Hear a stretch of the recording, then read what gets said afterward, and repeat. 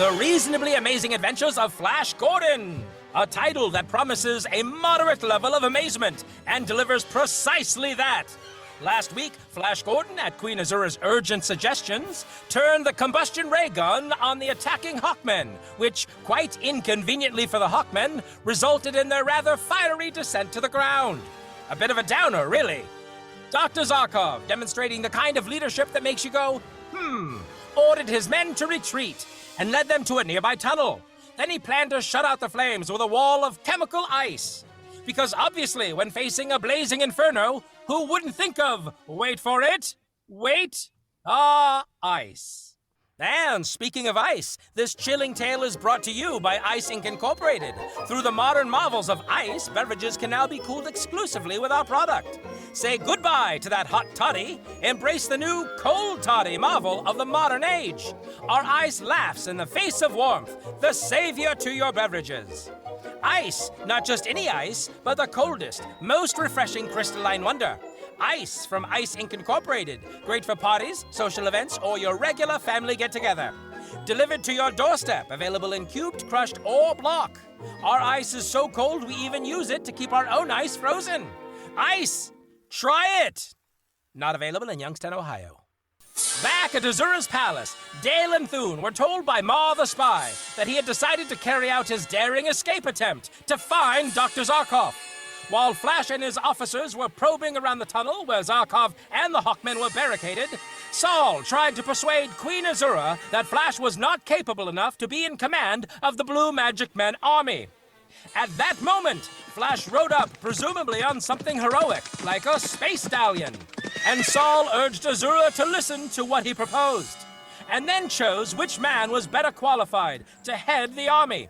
Without hesitation, Flash declared the only thing to do was to have snow cone battles, ice cream eating contests, and a hilarious award ceremony for the best flavors created. Who will Queen Azura choose? Will Ma's escape be less of a debacle than his espionage? Now, the Blue Magic Army charges to attack the barricaded Hawkmen. Suddenly, Saul, furious at being displaced as general by Flash, aims at Flash's back and pulls the trigger. Flash! Flash's horse tumbles and pitches forward dead. Flash is hurled to the ground. Stop charging! Azura makes her way to Flash's side as Saul looks on. Flash, my prince, are you hurt? Oh, speak to me, my glorious one. Oh, Flash, art thou struck by yonder cruel fate? Speak, I beseech thee with voice so great. Flash, here, take thy helmet, some kind soul attend. Unveil thine eyes, mine beloved, let this not be thy end. What light through yonder visor breaks? It is mine eyes that open for Dale's sake. Oh, joyous day! His gaze doth meet to morn. My prince, thou art bruised, but not forlorn. But hold, mine ears doth deceive. Dale? Quick, lend aid. Let not our prince grieve. Fetch yon stimulant from this flask. Make haste, make speed. Azura, my radiant beacon, 'tis thine voice I hear. Pray, why dost we converse in tongues of yesteryear? Oh, my prince, in thine dire strait, methought a touch of the dramatic did our plight narrate. Forsooth, when faced with death's dark door, grand words seem less of a bore. Oh, Flash, my celestial guide, my noonday flame, arise, let foes of ours fear thy name, and yet thou art whole, none worse for wear. All jests aside, thanks not to Saul, I swear. Well, your majesty, What? You shot Flash in the back. Oops! Did I? Let's away from this place, with love as our guide, and leave behind Saul's less helpful side. Flash, be quiet. What the hell was in that flask? Saul, I saw you shoot him. For making an attempt on Flash's life, you shall die by my sword. No, don't do it, Azura. I much prefer autoerotic asphyxiation if I must die. Seems like you've thought of this before, creepy man. Don't kill him, Azura. He deserves to die. This was an act of treachery. It was an accident, Queen Azura. You see, a sudden solar flare caused a magnetic surge right through my ray gun. It's science! Let him go, Azura. No. My laser gun is haunted. A mischievous spirit must have pulled the trigger when I wasn't looking. I'll take your word for it. I won't. My gun must have been entangled with another dimension where it was being fired. Not my fault. It's growing dark, and we can't have a moment's delay. I've been told, on very good authority, mind you, that Butterfinger syndrome is going around. It's a terribly slippery condition. Fingers lose all sense of decorum and slide about willy-nilly. 1 minute you're holding a teacup, the next your laser is zapping away. Very well. I'll get behind the lines and thank your prince's generosity that you live, soul. Thank you, sire. Thank you, gracious queen. This won't come back to haunt you. And now for a fresh mount. Oh, you said you were in a hurry. No, different this time. In this case, my horse is dead. Ugh, too bad. Then take my horse, Flash. Actually, with it growing dark by each second, perhaps you and I should camp here for the night and attack at daylight. We could. But the Hawkman may escape during the night, Azura. Yes, indeed. However, a night under the stars could bolster our strength for the morrow's fray. But the Hawkman, Azura... Oh, but consider the tactical advantage, dear Flash. The darkness, it blankets all in mystery. Even the Hawkman must succumb to the night's embrace. And think of the perilous terrain. One could twist an ankle, or heaven forbid, worse. A valid point your hand is making now. But the element of surprise is... Precisely my thought. Surprise, yes. What greater surprise than at dawn, when the sun in all its glory ascends to reveal us, refreshed and sated and ready for victorious conquest. Besides, my horse, noble beast that it is, could do with a rest. We can't have you gallivanting off on an exhausted mount. But we would be exhausted in the morning, if yesterday's anything to go by. And while we're at it, the chill of the night air is not to be underestimated. We must keep warm after all, for health is our greatest asset. Let's return to our shared tent for conservation of body heat. Ah, yes, warmth is crucial. Yes, very well, Azura. Let us camp here for the night and attack at dawn. I'll show you my big plans. I hope they are all not military ones, my prince. They are. And so, our intrepid heroes settle down for the night, with Azura's clever ruse successfully unfolding. But what dreams may come when they do sleep under the twinkling stars? They, her hypnotic spell of staying power and feverish, they really aren't sleeping. That night, back in Azura's palace, the chief cook closes the kitchen until the morning shift comes on, and Dale and Thune march out with the other slaves. I'm worried, Thune. There's frankly a lot to worry about, Princess. Thanks. Mar is taking an awful risk. He'll never be able to find his way through the enemy lines to Dr. Zarkov. Leave it to Mar. He was clever enough to get into the palace and then follow all of my improvisations with that guard. He'll get back to Zarkov somehow. Halt! Ladies to your quarters. Thune, do you really think Mar will get to Zarkov in time to warn him? Of course. Why are you asking again?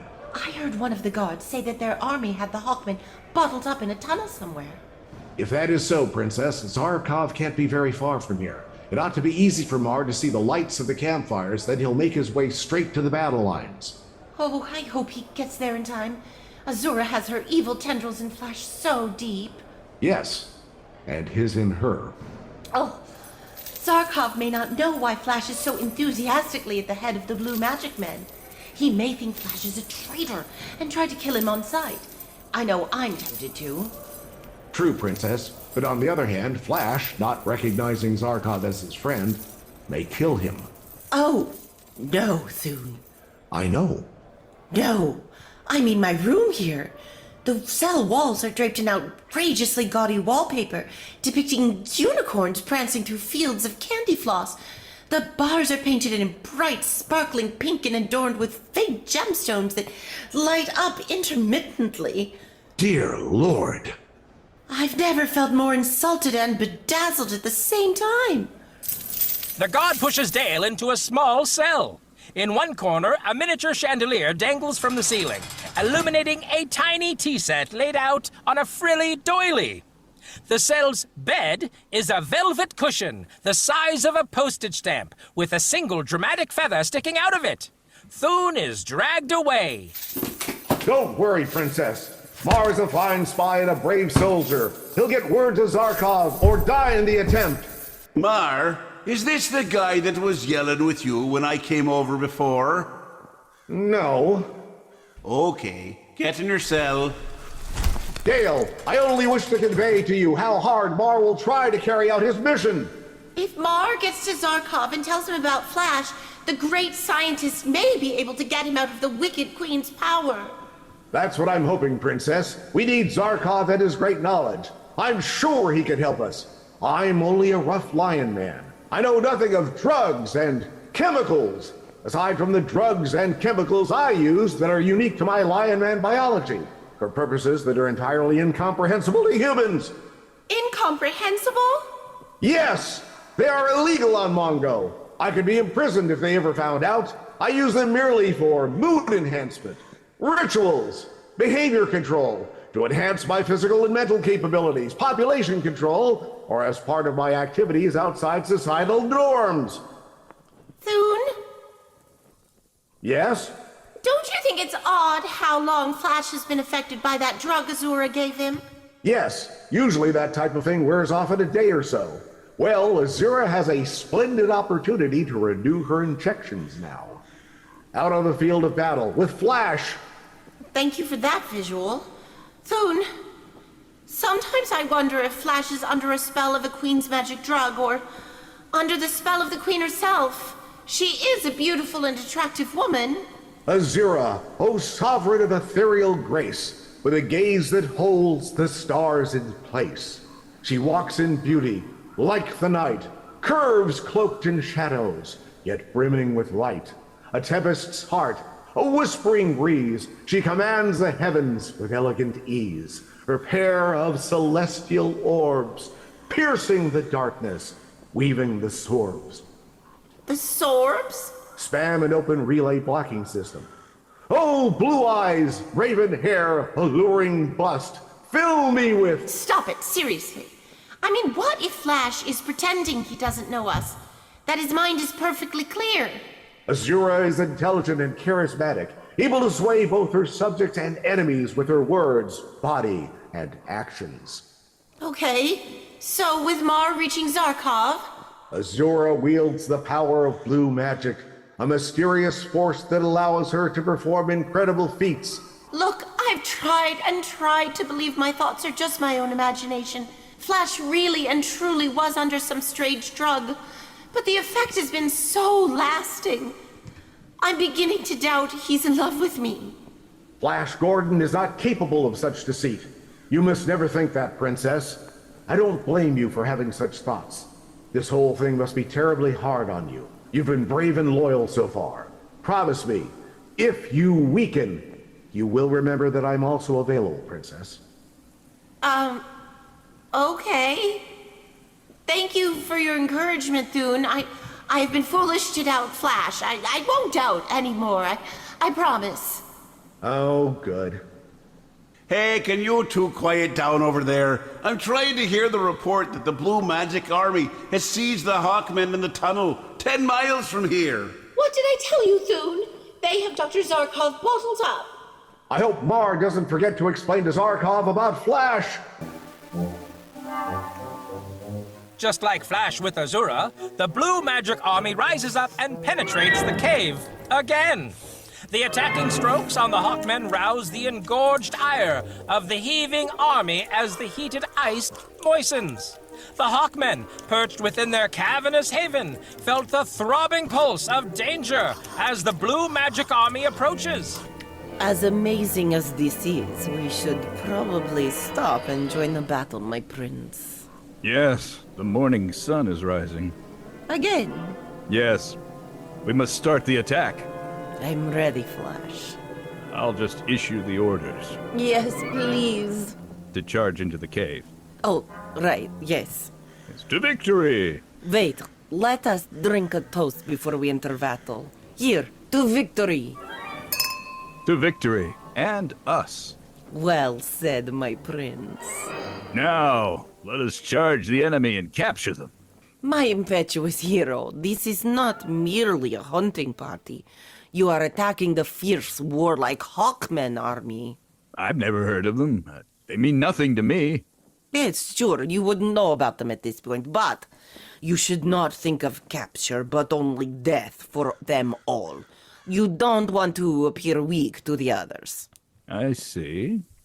That sorcerer, Saul, been saying things against me. He told you that because I'm a stranger in your land, I'm not to be trusted.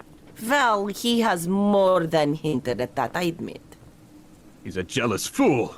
With post-nut clarity, I see he's angry because you appointed me instead of him. I didn't think you'd lose faith in me, Azura. Lose faith in you? Yeah, you had me up until morning so that you might decide whether to trust me to lead the charge. And even now you can't make up your mind. Very well, I'll make it easier for you. What? What are you going to do? I hand you my sword. This time it's my resignation as commander-in-chief of your army. There. Wait, this is awfully fast, my impulsive prince. You must understand. It wasn't because I've lost faith in you that I asked that question. Another reason prompted me. Oh, but never mind to that. To show you my faith in you is not shaken, here is your sword again. Let's go into the tent and I shall show you that you are still my commander-in-chief. All right. Azura, you humble me. I deeply appreciate your confidence in me. Forgive my actions a moment ago. I accept my command again. And I'll fight twice as hard on your behalf. I believe that. It's now the afternoon. I should probably finally give those orders to charge. Wait, I have something I want to give you. Honestly, he's sore. Then, guard, bring it here. All right, what is this? That thing you wanted me to also use in the tent? No, it's a torpedo. When you get close enough to the Hawkmen, throw it into their nest. I told you I don't want to kill them. The torpedo does not kill, but when it explodes, the fumes will turn the Hawkmen into ice statues. Oh, my beautiful queen. How can anyone hope to fight against you? I go to conquer in your name. Prepare for another attack. Follow me. Meanwhile, inside the tunnel, Zarkov and his men wonder at the sudden stopping of the front and rear bombardment, which has been going on all night, there and in Azura's tent. The bombardment has stopped. That is very strange. I know, perhaps Azura has given up, Prince Zarkov. More likely it means that they will now attack. Look, Commander! Someone's running up to the entrance alone! What is this, some kind of trick? It may be. Look, there comes the enemy. They are shooting at our visitor. I see little clouds of dust rising from the ground behind him. Of course, that could be their own man. They aren't very bright, you know. True. Well, I don't think it's that man running there. He's almost upon us. Prepare to fire! As Zarkov prepares to fire as he stands up from the nearest trench. Ready? Hold, Commander, it's Captain Ma. Quickly, cut a hole in the ice. Get him inside. No, he'll be killed if we do not get him inside. Make a hole for the ice in him. Yeah, that's it. The hole needs to be bigger for Ma. The enemy is attacking. Hurry, man, get that ice broken through. What have you to report, Ma? Dr. Zarkov. He's Prince Zarkov. Dr. Prince Zarkov, the enemy is right behind me. I'd hoped to get here in time to warn you. Put him inside! Commander Flash Gordon is... I died! Ah! He's hit! Put him inside! Flash Gordon is what? Ma, speak, man! Ma! Why did you cry out in Japanese? Just as Ma was going to reveal something about Flash. He would have made it too if he hadn't worn his lucky neutronium high-density boots. And that magic cactus overcoat with the sentient wig that looks like a feral rat. Here comes Flash Gordon now, riding ahead of the Blue Magic Army. Ahead of the army? Yes. Then he has deserted us. Or perhaps they're after him too, like Ma. True. Stand aside. Let me be the first to welcome Flash to our ranks. Flash Gordon! Flash, my friend! Look out, Commander, he's throwing a torpedo! Oh shit, that idiot! You don't throw a torpedo! Flash! What will happen to Prince Dr. Zarkov and the gallant Hawkmen when the freezing fumes of the bomb turn them into living icicles? Brave listeners, we close another thrilling adventure of the reasonably amazing adventures of Flash Gordon, the intrepid space voyager. Stay tuned to this station for next week's electrifying episode, Flash Gordon and the Cool Way to Win, Part 3. But fear not, dear listeners, for the adventures don't end here. See amazing characters and full-color pictures next Sunday in the Comic Weekly, which is an integral part of your Sunday's newspaper, with better and larger pictures and more easily read captions. What a treat is in store for you next Sunday, The Chronicles of Dr. Doodlebug. Follow the hilariously harebrained schemes of Dr. Doodlebug and his assistant, Sir Wimpy Watkins, as they attempt to invent the world's first laugh-powered car, the Gigamobile, while evading the dastardly plots of their rival, Baron Von Chuckles, who's suffering from a spinal degenerative disease. It's full-throttle fun and high-octane hilarity and all those other funny fellows, just twice as large. And don't forget, our date next week at the same time for another thrilling chapter in the amazing interplanetary adventures of Flash Gordon!